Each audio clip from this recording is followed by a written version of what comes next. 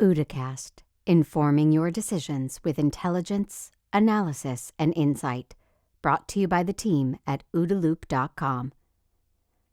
Hello, I'm Bob Gorley, the Chief Technology Officer of OODA LLC. Today on the OODAcast, John Chambers. Welcome, John, to the OODAcast. Bob, it's a pleasure to be back with you again and looking forward to today's session. You know, John, you are widely known as the legendary CEO of Cisco, now Chairman Emeritus. And your success at Cisco is measured in a lot of different ways. Some is just the success of that company in helping build out the new digital age, but also for those who track this, the revenue growth. When you joined Cisco, you were, I think, in sales, and you helped grow that company from about 70 million a year to 1.2 billion a year. When you took over as CEO, you led it to a run rate of over 40 billion a year. So really significant numbers but that's not a full measure of leadership, is it? To really measure leadership, we need to look at other things that you've done. And you gave us some insights into that in your book, Connecting the Dots.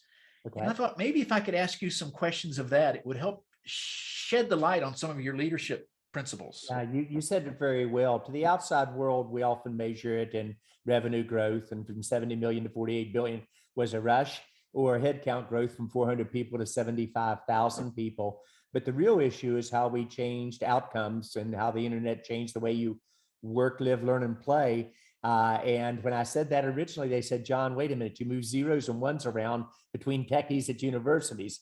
And I said, no, it's going to have an impact way beyond that.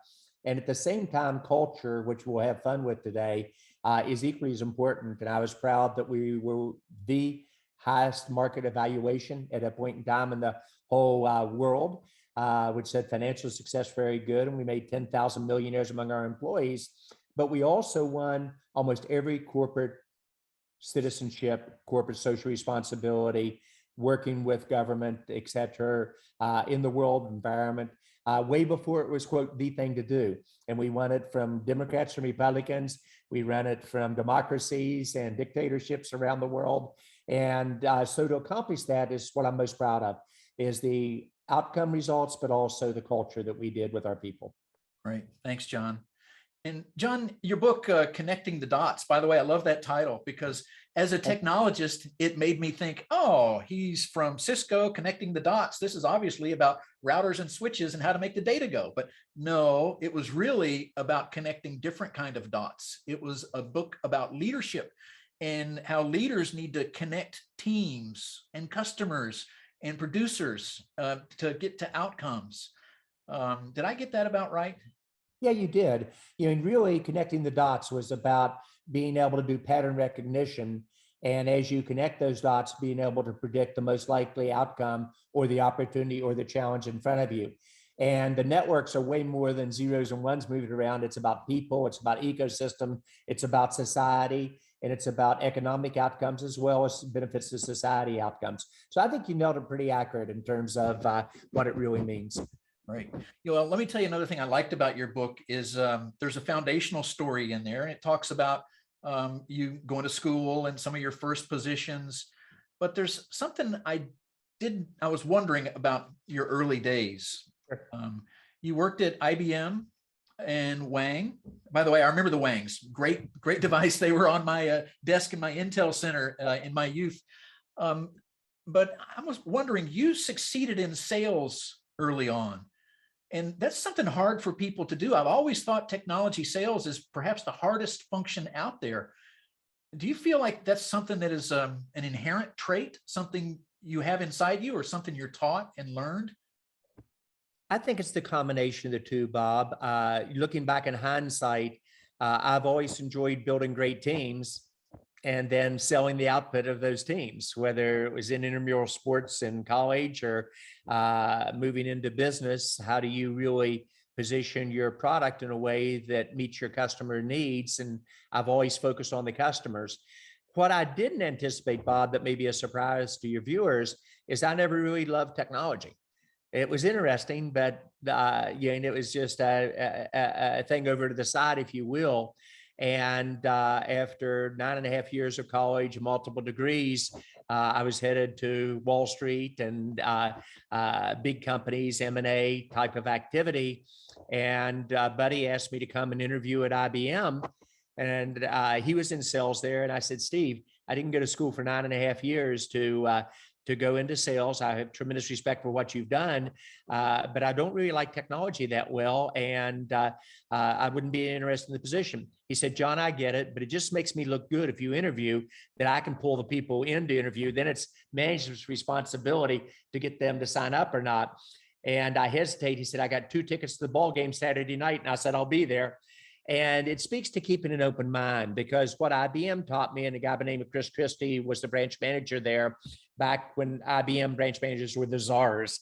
They controlled their geographic areas. They delivered on the fulfillment that only IBM could bring their customers to help them run their business better. And he said, John, you think this is technology. Let me tell you how you use technology to run the business so much more effectively. And what sales really means is about business analysis and changing your business. And I fell in love with the concept. And then he was nice enough to say, he said, well, tell me your best offer. Of course, I gave him the offers in New York City. This would have been in Indianapolis. And he said, I'll guarantee you double that next year. Now, I'm not money motivated, but that was an initial benefit statement that really caught my attention. And I ended up joining IBM, never looked back. And it gave me the foundation of how you use technology from the very beginning, about changing outcomes, not technology for technology's sake. And then to your point, Wang did the same thing. Dr. Wang, smartest man I ever met in my life. He invented magnetic core memory, walking across the Harvard quad, doing zeros and ones, humble as he could be. I'm good at math, terrible at English, as you can already tell, but he could do math as quick as in his head as I could do it knowing the business case on a calculator. And he brought us into office automation at Wang, became the #1 player there. And you mentioned you had it on your desktop. Then he brought us into mini computers and became the #1 player there. But we missed the transition to client servers and the PC, just like IBM really missed the transition to the mini computers. So they taught me the transitions wait for no one. You either disrupt yourself, or you get disrupted. And when you see a transition coming, rather than wish it was something else, my parents are both doctors, deal with the world the way it is and lead through transitions in terms of the direction.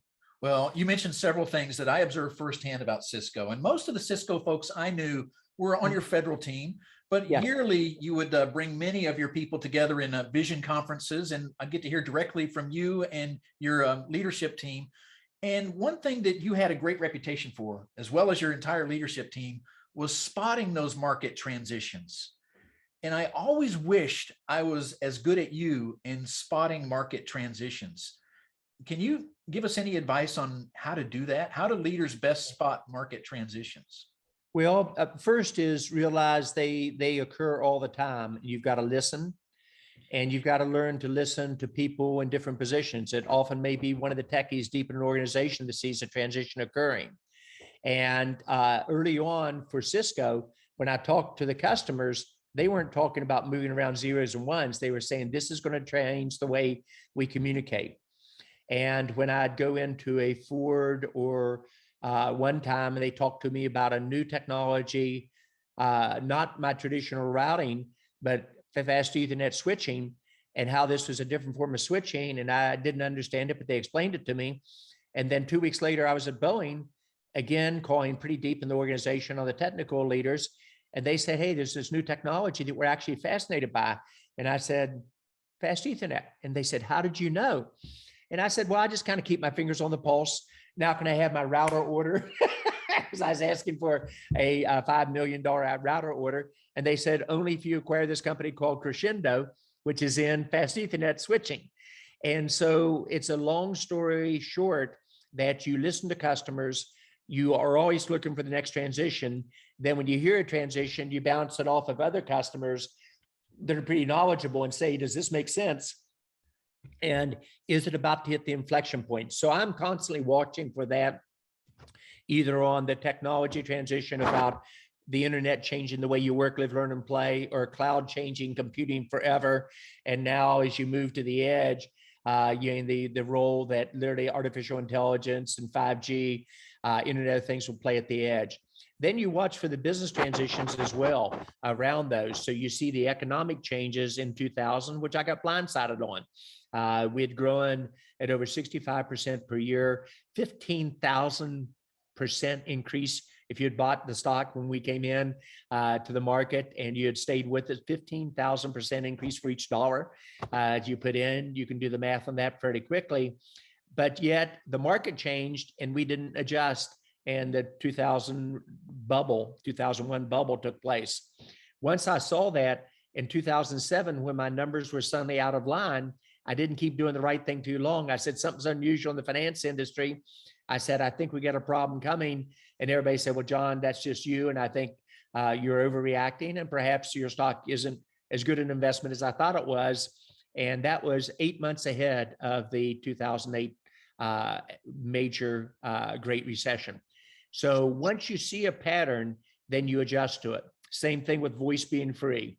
Once you understood that there wouldn't be separate voice networks and data networks and video networks that come together, voice was going to go on the internet, and it'd be such a small load in the internet, it was going to be free. And traditional internet players would give it away to get new customers. So it's catching those transitions, translating them to business outcomes, understanding the implications, good and bad for your customers, then help them through that transition. That's really what connecting the dots about for customers. Great. Thanks, John. And I have two kind of related questions. One is you also became famous for disrupting yourself. I remember one of your vision conferences, you had me on a panel with Clayton Christensen. And yes. What a phenomenal writer, studier, thinker. And I wonder, I think you influenced him a lot in his writing, or did he influence you about the need to disrupt yourself? I think it was the combination of the two. First, to be mentioned in the same breath as him is a tremendous honor. Secondly, I learn all the time. I learned from you on that panel. I learned from him. But I'd seen disruption all my life. West Virginia used to be the coal center of the world and the chemical center of the world. 125,000 coal miners, 6,000 of the top engineers in the world in the chemical industry, and we lost both. And we didn't disrupt ourselves. So I've learned that the market waits for no one, and that the rewards of getting market transitions right are very positive, but actually the penalties for not getting them right are even worse. And so that's been a part of my DNA since I grew up, where my parents, both doctors, influenced my thinking, especially my dad, on the business models. Right. Thanks, John. And about market transitions, what do you see for 2022? Well, this is probably the more interesting one. And it might sound like, since we're a month and a week into it, this is my thinking as of today. This is exactly what I said at January 1st. And I want to put it into perspective for your viewers and listeners to understand that let's use COVID and the implications of COVID on our world. And we all understand the terrible implications, both health-wise, human suffering, and economic. When that first started to come out of China back in very early 2020, we were, I think, among the first, if not the first, to say something is wrong in the business models. I was seeing in my startups in Southeast Asia, suddenly their sales slowed a little bit. And remember, with startups, you lose an order or two, you have a terrible month. And all of a sudden, not only were sales slowing, my sales leaders had to get on a plane and go to the various countries, Vietnam, or go into Thailand, or go into Singapore to get the deal closed, where before they could have not had to have done that. So I saw there was a disruption occurring, and I said, this is going to have economic impact far beyond what we see. And as you saw from that March, April, May, June timeframe on the stock market, it was brutal, both economically and the terrible loss of lives. Last year at this time, same question, what's your prediction for this year? And I said, actually, even though COVID's going to continue to be a major challenge for us health-wise and human suffering-wise, I think the economies are going to be okay. The central banks responded well. The fiscal stimulus from the governments were good, united on a global basis. And as it turned out, pretty accurate. The stock markets, depending on which one you follow, were up between 20 and 28%. In January of this year, at the very beginning, I said, this is going to be the year that is not going to be predictable. It's going to be like riding a huge roller coaster that we've never ridden before. And you better fasten your seatbelts, because the lows are going to be lower than we think, and they're going to occur with tremendous speed. And as you go down that roller coaster, your stomach is going to come up into your throat, as all of us have felt as kids. And you're wondering, is the bottom going to be there? And then about the time that you almost say, maybe it's not going to be there, you're going to whip back up, and then you're going to whip back down again.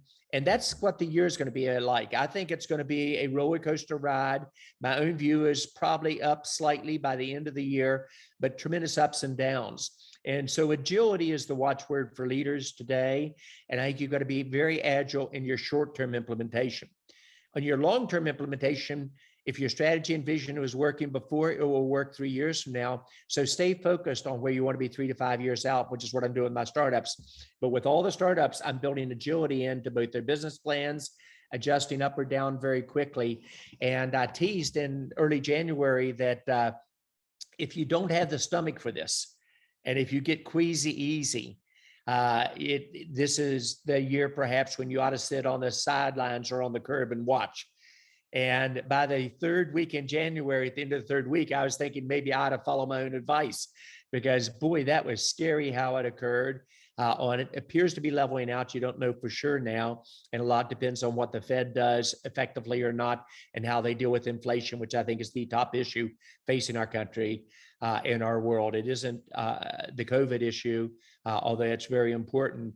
I think how we deal with inflation and how we deal with the reaction to it by the central banks is the most important variable for this year. John, thanks. That makes total sense. Agility really has to be the key word. And it does. And Bob, I used to consider it a marketing term. I didn't like it, but actually it has so much substance in today's activity, especially for this year, riding that roller coaster. Right. John, I wanted to transition a little bit and ask you a few other questions about JC2 Ventures, about things like, what is JC2 Ventures and what are you trying to accomplish there? And I would really love to talk about Balbix, especially because one of the greatest tech leaders I've ever met is Gaurav Banga. And I just have a deep respect for him. And I know he's a key part of your portfolio. But would you start with, what is JC2 Ventures? Well, at Cisco, I loved my job as CEO, and I was CEO for 20 years, which was almost unheard of.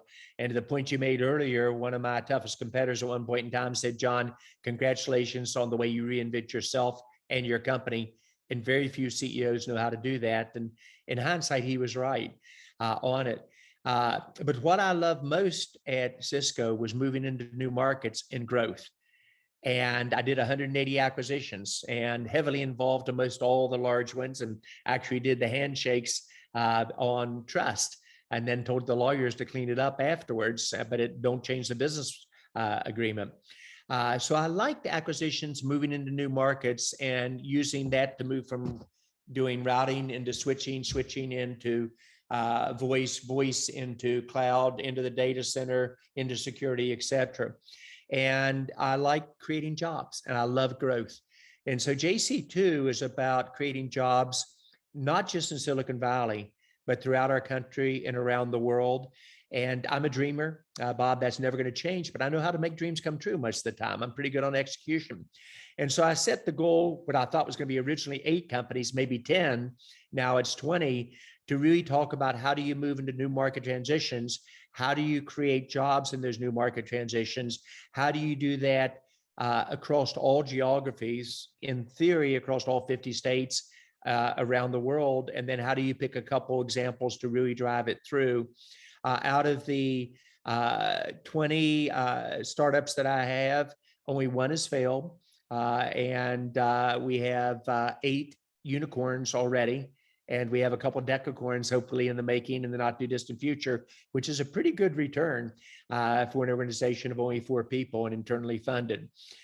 In terms of the focus, It's about not only creating jobs here in Silicon Valley, and Gaurav is here with Balbix as an example, but doing it in Arizona, doing it in Texas, doing it in Georgia, doing it in West Virginia, doing it in, if you will, Boston, and then also doing it throughout France, where I'm the French high-tech ambassador for President Macron, and in India, across all 29 states there and the 7 territories where Prime Minister Modi is kind enough to call me his global ambassador and his wingman, if you will, on digitization of the country, which I love doing. So it's a nice way of saying startups are where all job creation is going to occur. Large companies will actually, because of automation, et cetera, probably shed jobs over the next decade. So if you're going to have a vibrant economy, you've got to have a lot more startups in all geographies. If not, many geographies you get left behind, which is the wrong thing for society and the wrong thing for business as well.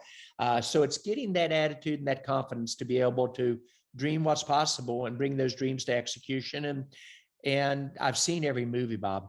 I've goofed it up at least once. I've had some pretty good successes as well. So I can usually help these startups, the CEOs like Gaurav, navigate through his focus areas and his challenges. If you watch, he's in the area of cybersecurity.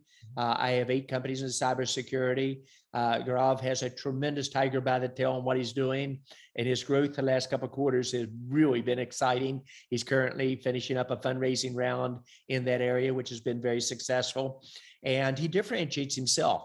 So how do I select my companies? I focus first on the market transition enabled by new technology, transition in cybersecurity enabled by new ways of defending against these issues. I then bet on the CEO, clearly with Gaurav at Balbix, what I did. I then go to customers and say, what do you think? Are they solving something that's really important to you? Or is it just a nice to do? And is this company really differentiable within it? And do I think they're very close within a year or two of an inflection point where they could really take off, where my skills are about scaling and growing companies? That's where I add the most. So that's how I picked out Balbix. I have other security companies that are very exciting, like a Versec, et cetera, on it. But cybersecurity is one that is key. And what Gaurav's done there is the model for what I look for other companies to do.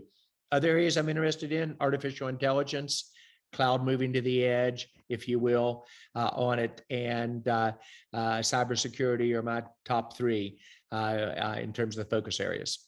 Great. And all of those, I assume, should be aware that the more they can help companies with agility, the better for this year. Oh, it is. And what's fun, you're setting me up, is I get very close to my CEOs. It isn't like I'm a venture capitalist. I'm not. I'm really a strategic partner, a coach, a mentor to them. And if they don't want to be coached, I don't invest. If they do, I've seen every movie. It's their company to run. But every time they get into an opportunity or a challenge, the ones that I'm closest to, which is most all of them, Gaurav as an example, will say, what do you think, John? Here's what I'm thinking. Have you seen this before? Or, hey, I got a problem. How do I get out of it? What are your thoughts? And I'll say, well, I've done that several times. I've messed it up at least once, but here's what normally works. And we strategize through it. So that to me is fun. I know it sounds a little bit sick, but that's what I love, growing and scaling organizations. And I like big, challenging problems and then say, how do we solve them? All right. John, I have a final question for you, and that is about the pandemic again. Yes. I really believe what you said about this year and the need for agility, but I wanted to see if you have any longer term lessons for us.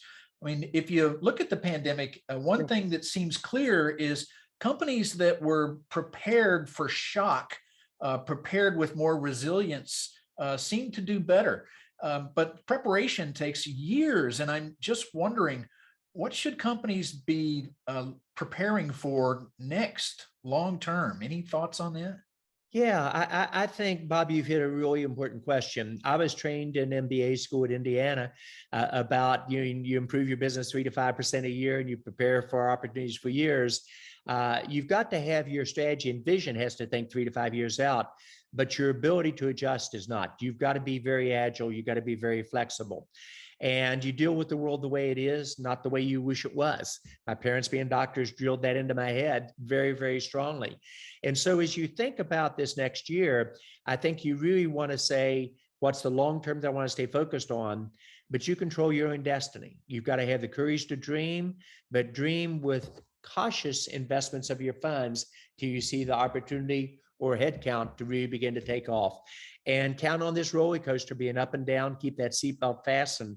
But the winners are those that don't do the right thing too long. The winners are those that are willing to disrupt themselves and disrupt markets and have the courage to not just dream, but to execute to those dreams. So if I were to give your viewers one thing to think about as we close, what I worry most about this country is we're losing our ability to dream and bring the country together behind those dreams. We should have a national approach to startups and inclusion of all Americans in that startup economy in all states. And we ought to have a national digitization strategy, because if India has, and what Modi's done there has been amazing, it's one of the key economic drivers they have for one of the fastest growing economies in the world. A lot of lessons we think about emerging countries learning from us, we can learn from them. And you begin to see companies and countries dream and then make dreams come true. So I want to challenge everyone, dream a little bit bigger, be a little bit more inclusive in your thought process, and create jobs. And if you do the right thing for society and right thing economically, the stock will take care of itself. Great. John, thanks for that. And thanks for this entire time. We really appreciate your thoughts. Bob, it's been my pleasure. You have a great day. All right, we'll see you. Thanks for listening to this OODA Loop production. For the latest analysis on cybersecurity, technology, and global risks, please visit www.oodaloop.com.